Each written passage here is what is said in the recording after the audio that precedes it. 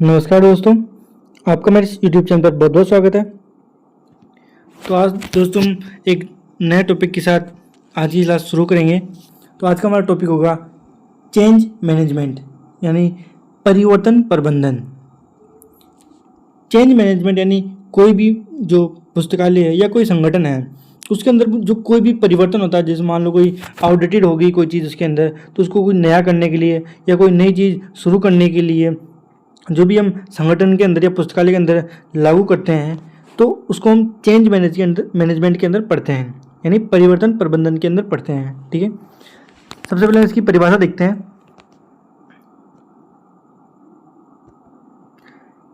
परिवर्तन प्रबंधन एक ऐसा अनुशासन है जो किसी संगठन के भीतर होने वाले बदलावों को संभालने पर ध्यान केंद्रित करता है। क्या है?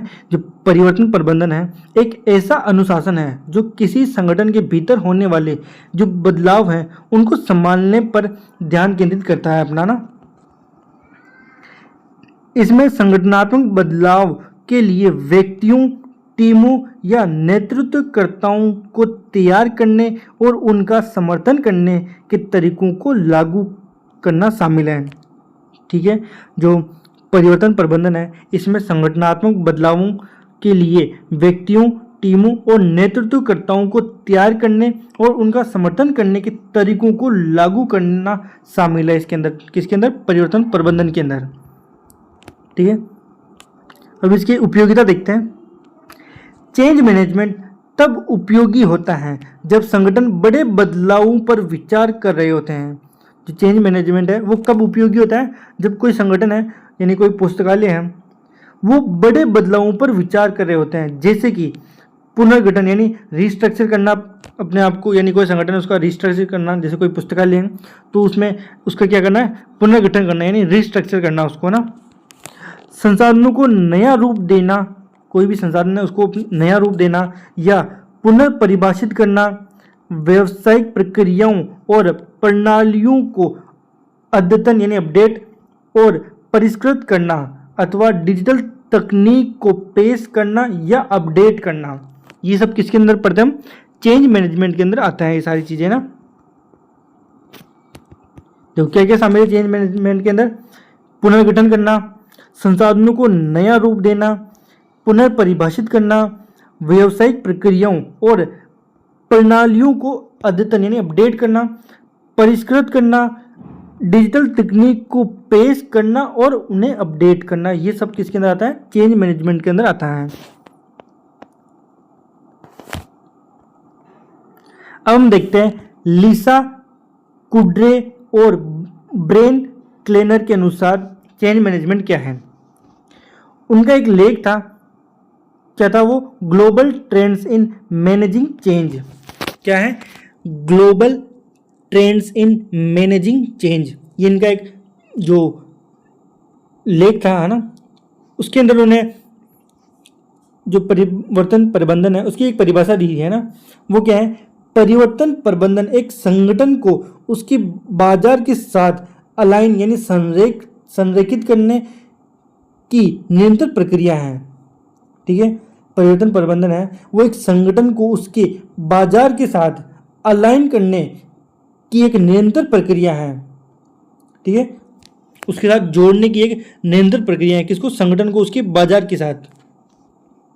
ठीक है, मतलब जैसे कोई पेन है ना, जैसे हमने कोई पेन बनाया है तो कौन खरीदेगा पेन को? जो उसका उपयोग करता हो, जैसे कोई स्टूडेंट हो गया है ना, तो वही खरीदेगा ना। तो इन दोनों को कनेक्ट करने की एक प्रक्रिया है चेंज मैनेजमेंट है ना। ठीक है, चाहे परिवर्तन प्रबंधन एक संगठन को उसके बाजार के साथ अलाइन करने की एक निरंतर प्रक्रिया है और इस प्रक्रिया को अपने प्रतिस्पर्धियों की तुलना में अधिक प्रतिक्रियाशील और प्रभावी ढंग से करना है। ये जो प्रक्रिया है इसको क्या, जो जितने भी अपने प्रतिस्पर्धी हैं ना, यानी जो अपने भी जितने भी कॉम्पिटिटर हैं उनकी तुलना में अधिक प्रतिक्रियाशील और प्रभावी ढंग से इसको करने की एक प्रक्रिया है ये ना, चेंज मैनेजमेंट।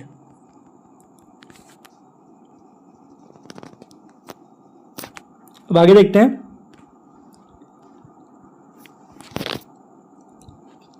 चेंज मैनेजमेंट है ना, उसके कितने प्रकार हैं देखो। चेंज मैनेजमेंट मुख्य रूप से संगठनात्मक यानी ऑर्गेनाइजेशनल या व्यक्तिगत यानी इंडिविजुअल हो सकता है, यानी दो प्रकार का हो सकता है चेंज मैनेजमेंट। एक तो ऑर्गेनाइजेशनल होता है या फिर इंडिविजुअल होता है, यानी संगठनात्मक और व्यक्तिगत चेंज हो सकता है ना। तो सबसे पहले हम देखेंगे ऑर्गेनाइजेशनल चेंज मैनेजमेंट के बारे में। ये टॉप लीडरशिप के दृष्टिकोण से संगठन के नीचे की ओर देखते हुए बदलाव का प्रबंधन है। ये क्या है, जो भी हमारी टॉप लीडरशिप है उनके दृष्टिकोण से संगठन के नीचे की ओर देखते हुए बदलाव का क्या है, ये प्रबंधन है। आगे है, ये संगठन की आवश्यक बदलावों को समझने, स्वीकार करने और उनका समर्थन करने में मदद करने के लिए व्यापक परिवर्तन प्रबंधन प्रथाओं और कौशलों पर ध्यान केंद्रित करता है। ठीक है, जो ऑर्गेनाइजेशनल चेंज मैनेजमेंट है, ये संगठन की आवश्यक बदलावों को समझने के लिए, उन्हें स्वीकार करने के लिए और उनका समर्थन करने में मदद करने के लिए व्यापक परिवर्तन प्रबंधन प्रथाओं और कौशलों पर ध्यान केंद्रित करता है अपना ना। अब हम देखते हैं इंडिविजुअल चेंज मैनेजमेंट के बारे में। ये क्या है, चेंज मैनेजमेंट का दूसरा प्रकार है। ये निचले स्तर पर काम करने वाले कर्मचारियों के दृष्टिकोण से बदलाव का प्रबंधन है। ये मतलब जो कर्मचारी होते हैं उनके दृष्टिकोण से बदलाव का प्रबंधन है ये ना, मतलब उनके दृष्टिकोण से क्या क्या चेंज बदलाव हो रहे हैं, उनका किस तरह से प्रबंधन करना है, ये शामिल होता है इसके अंदर। किसके अंदर, इंडिविजुअल चेंज मैनेजमेंट के अंदर। और जो ये लीडरशिप है ऑर्गेनाइजेशनल चेंज मैनेजमेंट, इसके अंदर क्या है, जो टॉप लीडरशिप होती है उनके दृष्टिकोण को शामिल किया जाता है इसके अंदर ना। आगे हैं, ये वे लोग होते हैं जो वास्तव में बदलाव को धरातल पर लागू करते हैं, क्योंकि इसमें किसके अंदर सारे कर्मचारी आते हैं, तो यही जो लोग होते हैं वो कार्य करते हैं। जो टॉप लीडरशिप होती है वो तो कार्य करती नहीं है, तो इसमें कौन से लोग शामिल होते हैं, जो वास्तव में बदलाव को धरातल पर लागू करते हैं ना। आगे, इसमें मुख्य ध्यान कर्मचारियों को उपकरण और आवश्यक प्रशिक्षण प्रदान करके सशक्त बनाने पर होता है। इसमें जो मुख्य ध्यान केंद्रित होता है वो कर्मचारियों को उपकरण और मुख्य आवश्यक प्रशिक्षण यानी जो ट्रेनिंग है वो प्रदान करके उन्हें सशक्त बनाने पर होता है, इसका मुख्य ध्यान केंद्रित है ना। और उन्हें बदलावों की प्रक्रिया से आसानी से गुजरने में मदद मिल सके, इसके लिए ये कार्य करता है ना।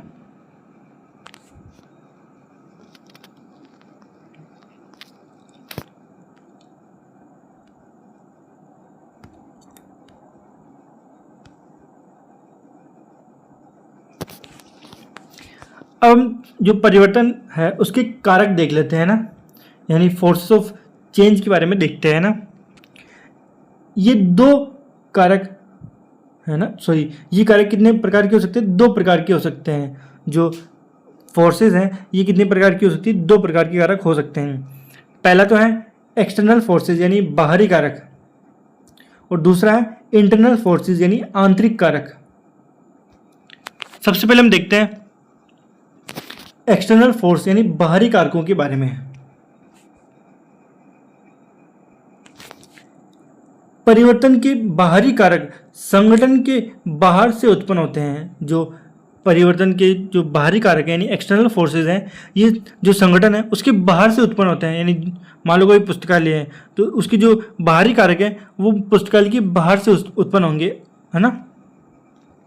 ये कारक उन सामाजिक, राजनीतिक, कानूनी, आर्थिक और तकनीकी वातावरणों में पैदा होते हैं जिनके भीतर संगठन काम करता है। ठीक है, ये वह कारक होते हैं जो सामाजिक, राजनीतिक, कानूनी, आर्थिक और तकनीकी वातावरण में पैदा होते हैं और उनके भीतर संगठन काम करता है। जिनके भीतर जो संगठन काम करता है उनके भीतर ये उत्पन्न होते हैं। आगे परिवर्तन मुख्य रूप से बाहरी कारकों, जो परिवर्तन है उसके मुख्य रूप से जो बाहरी कारक है वह कौन कौन से हैं। पहला तो है तकनीकी प्रगति, मान लो कोई नई जो टेक्नोलॉजी है वो मार्केट में आ जाए, तो वो भी एक क्या है, एक्सटर्नल फोर्स है ना। दूसरा है जनसंख्या की विशेषता यानी डेमोग्राफिक कैरेक्टरिस्टिक्स। फिर तीसरा है बाजार में बदलाव, यानी कोई मार्केट है उसमें कोई नया बदलाव आ जाए ना, वो है। फिर है सामाजिक और सांस्कृतिक ढांचा, और आगे है कानूनी प्रणाली, यानी कोई नया कानून बन जाए। नेक्स्ट है राजनीतिक दबाव, और आखिरी है आर्थिक कारक, यानी कोई आर्थिक मंदी आ जाए ना।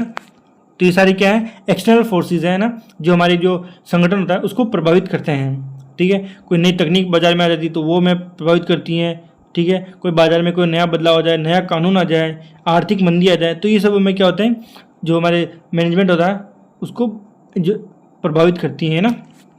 ये सारे क्या होते हैं, बाहरी कारक होते हैं। अब हम नेक्स्ट देखते हैं इंटरनल फोर्सेस के बारे में, यानी आंतरिक कारकों के बारे में।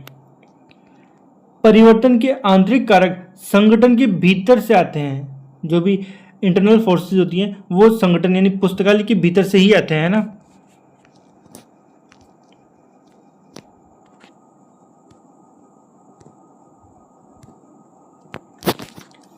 ये किसी संगठन के आंतरिक वातावरण का निर्माण करता है, और इसमें संगठन के सदस्य, उनकी आपसी बातचीत की प्रकृति और भौतिक वातावरण शामिल हैं जिसमें वे काम करते हैं।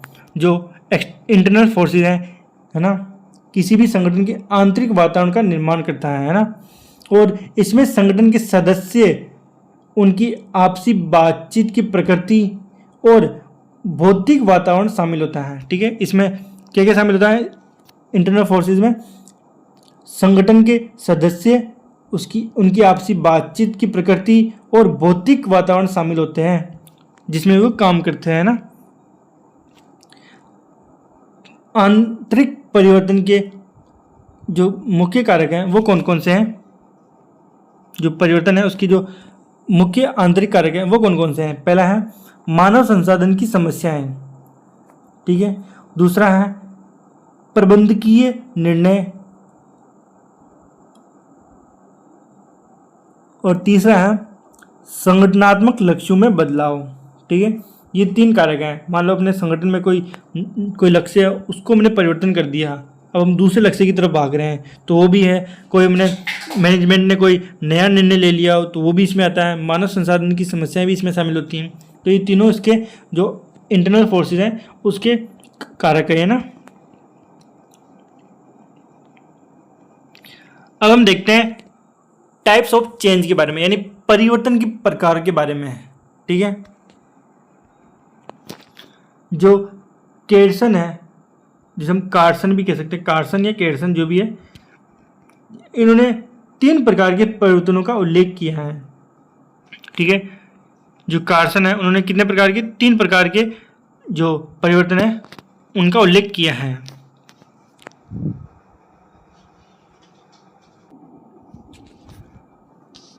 इसका पहला प्रकार है अडेप्टिव चेंज, जिसे हम हिंदी के अंदर अनुकूलन योग्य परिवर्तन भी कहते हैं। दूसरा है इनोवेटिव चेंज यानी अभिनव परिवर्तन, और तीसरा है रेडिकल इनोवेटिव चेंज यानी मौलिक रूप से अभिनव परिवर्तन। सबसे पहले हम देखते हैं अडेप्टिव चेंज यानी अनुकूलन योग्य परिवर्तन के बारे में।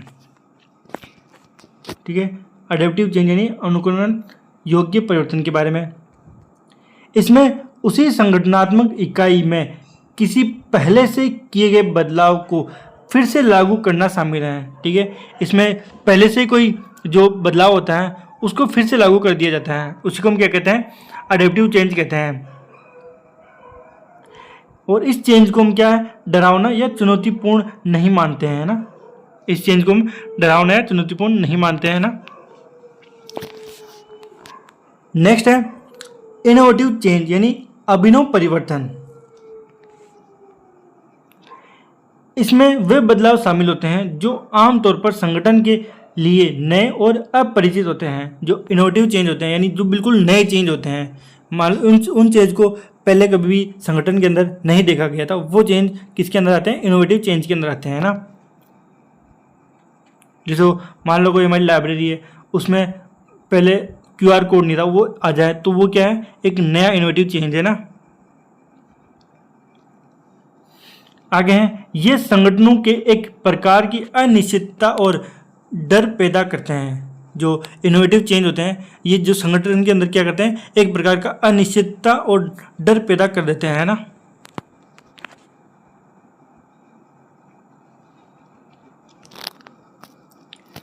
अब नेक्स्ट देखते हैं, जो हमारा तीसरा प्रकार है इसका, वो है रेडिकली इनोवेटिव चेंज, यानी मौलिक रूप से अभिनव परिवर्तन। ये परिवर्तन का सबसे डरावना रूप होता है, जो रेडिकली इनोवेटिव चेंज होता है। ये क्या होता है, जो चेंज यानी परिवर्तन है यानी चेंज है, उसका क्या है, सबसे डरावना रूप होता है ना। और इसमें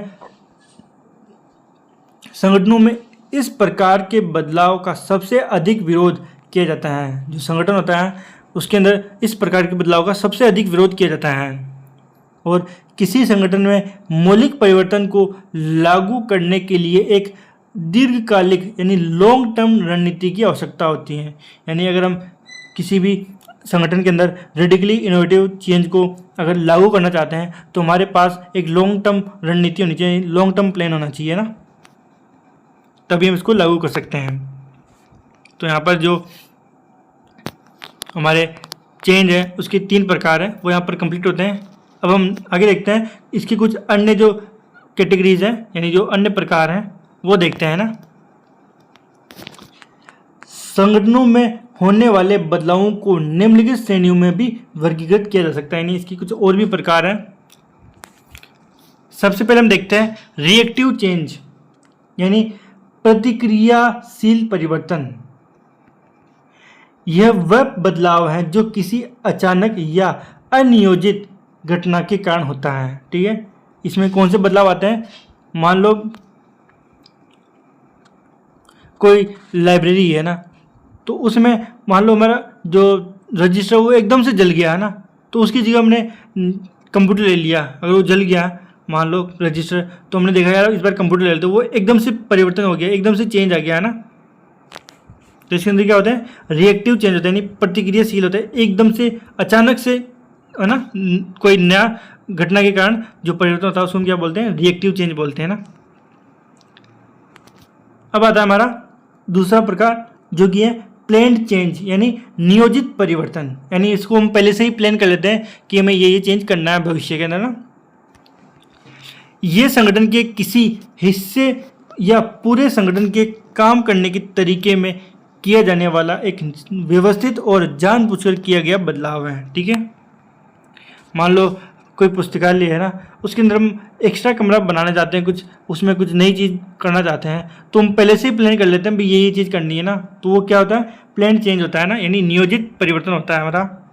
इसमें मुख्य ध्यान प्रक्रियाओं, लोगों या तकनीकी पर होता है। किसके अंदर, प्रक्रियाओं के अंदर और लोगों के ऊपर और तकनीकी के ऊपर हमारा जो मुख्य ध्यान होता है वो होता है। और इसमें एक व्यक्ति, एक प्रोजेक्ट टीम और एक विभाग या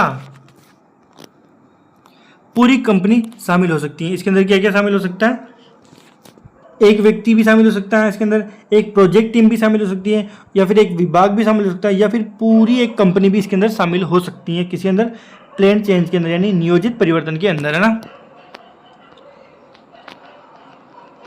तो यहाँ पर इसके हमने 2 अन्य प्रकार भी पढ़ लिए।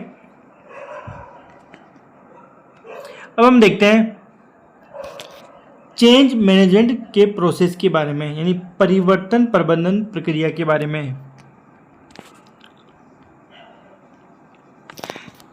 स्मिथ के अनुसार बदलाव की शुरुआत एक लक्ष्य से होती है। ठीक है, कोई हमारा लक्ष्य है जिसको हम हासिल करना चाहते हैं, उससे ही किसकी शुरुआत होती है, बदलाव की शुरुआत होती है, जिसे अक्सर एक दृष्टिकोण या विजन कहा जाता है। ठीक है, ये हमने कोई विजन देखा है कि हमें ये चीज़ करनी है ना, जैसे मान लो हमने आज सपना देखा कि हमें लाइब्रेरियन बनना है, तो हमारा क्या एक विजन है ना। तो क्या है, बदलाव की शुरुआत एक लक्ष्य से होती है जिसे अक्सर क्या कहा जाता है, विजन कहा जाता है। और लक्ष्य तथा वर्तमान स्थिति के बीच का अंतर एक इच्छित बदलाव होता है। ठीक है, लक्ष्य तथा वर्तमान स्थिति के बीच का अंतर ही इच्छित बदलाव होता है। आगे है, कोई बदलाव लागू करने से पहले उन सभी लोगों के बारे में उचित अध्ययन किया जाना चाहिए जो बदलाव की प्रक्रिया में शामिल होंगे। अगर हमें कोई भी बदलाव लागू करना है उससे पहले हमें उन सभी लोगों के बारे में उचित अध्ययन करना चाहिए कि जो बदलाव की प्रक्रिया में जो लोग शामिल होंगे ना, उनके बारे में उचित अध्ययन करना चाहिए ना, जो इस अनुमानित बदलाव से प्रभावित होंगे। जो लोग प्रभावित होंगे उनके बारे में हमें पहले से ही अध्ययन करना चाहिए कि ये लोग इससे प्रभावित होंगे और किस तरह से प्रभावित होंगे। आगे है, बदलाव की प्रक्रिया के प्रबंधन, change management of a change process में व्यापक रूप से 4 चरण शामिल हैं। ठीक है, जो मैनेजमेंट ऑफ चेंज है यानी परिवर्तन प्रबंधन की जो प्रक्रिया है, इसमें कितने 4 चरण शामिल हैं। ये चरण कौन कौन से हैं? पहला हमारा प्लानिंग, दूसरा प्लानिंग यानी योजना बनाना, दूसरा हमारा इम्प्लीकेशन एंड मैनेजमेंट यानी कार्यान्वयन और प्रबंधन, और तीसरा है development of tracking and monitoring instruments यानी ट्रैकिंग और मॉनिटरिंग उपकरणों का विकास, और चौथा है ट्रैकिंग एंड मॉनिटरिंग। क्या है ट्रैकिंग एंड मॉनिटरिंग?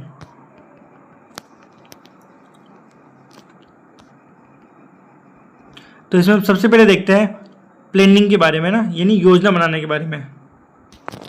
इस चरण में संगठन बदलाव की आवश्यकता को निर्धारित करता है। ठीक है, इस चरण में क्या है, संगठन बदलाव की आवश्यकताओं को निर्धारित करता है और एक चेंज मैनेजमेंट टीम बनाता है और एक कार्य योजना यानी प्लान ऑफ एक्शन विकसित करता है।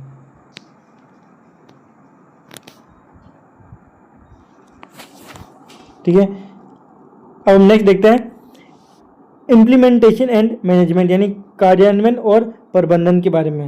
ये हमारी दूसरा चरण है हमारा ना। इस चरण में बदलाव की योजना को निष्पादित यानी एग्जीक्यूट किया जाता है, यानी जो हमने प्लान बनाया है उसको लागू किया जाता है यानी एग्जीक्यूट किया जाता है।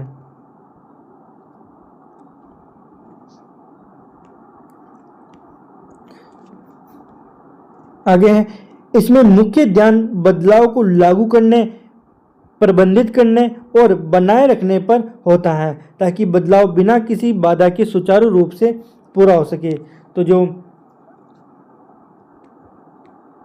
हमारी इम्प्लीमेंटेशन एंड मैनेजमेंट है यानी कार्यान्वयन और प्रबंधन है, इसके अंदर क्या है, जो मुख्य ध्यान होता है वो बदलाव को लागू करने पर और उन्हें प्रबंधित करने पर और उन्हें बनाए रखने पर होता है ताकि जो बदलाव है वो बिना किसी बाधा के सुचारू रूप से पूरा हो सके ना।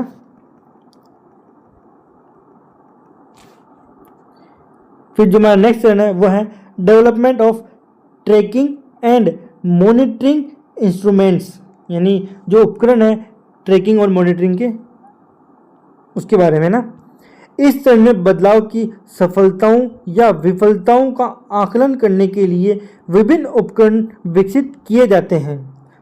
जो हमारा तीसरा चरण है इसमें हम क्या करते हैं, जो हमारा बदलाव यानी जो चेंज है इसकी सफलताओं और विफलताओं का आकलन करने के लिए विभिन्न प्रकार के जो उपकरण हैं वो विकसित करते हैं इसके अंदर ना, ताकि जो आवश्यकता अनुसार एडजस्टमेंट किए जा सके ना, यानी जो आवश्यकता अनुसार जो भी चेंज करना है वो हम कर सकें ना, जो भी चीज़ में एडजस्ट करनी है वो आराम से कर सके, यानी समायोजन करना है वो कर सके आराम से ना।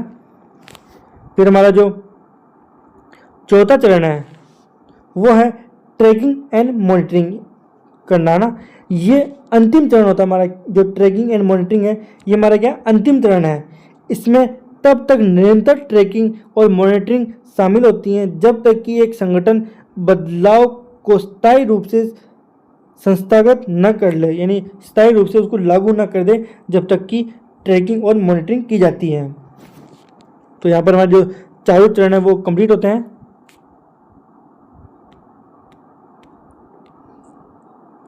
पहले चरण में तो हम योजना बनाते हैं ना कि किस तरह से हमें जो योजना बनानी है, किस तरह से हमें बदलाव करना है ना। फिर जो दूसरा चरण है इसमें हम उसको एग्जीक्यूट करते हैं, उस चरण को है ना, जो भी हमने प्लान बनाया उसको एग्जीक्यूट करते हैं।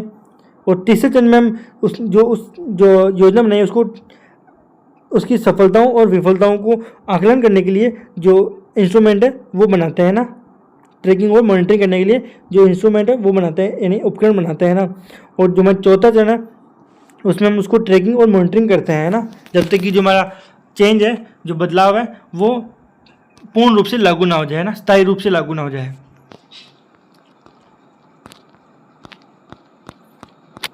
तो आज हम यहीं तक पढ़ेंगे। आज हमने इस क्लास में सबसे पहले इसकी जो चेंज मैनेजमेंट है यानी परिवर्तन प्रबंधन है उसकी परिभाषा के बारे में देखा, उसकी उपयोगिता के बारे में देखा। हमने लीसा कुड्रे और बेन क्लेनर के जो अनुसार जो इसकी परिभाषा है वो देखी थी हमने।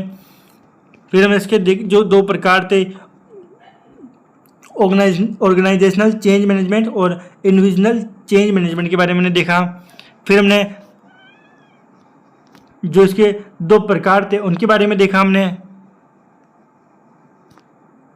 ठीक है, जो इसके प्रकार थे तीन, एक तो अडेप्टिव चेंज, फिर इनोवेटिव चेंज और तीसरा था इसका रेडिकली इनोवेटिव चेंज, है ना। इन तीनों के बारे में हमने देखा।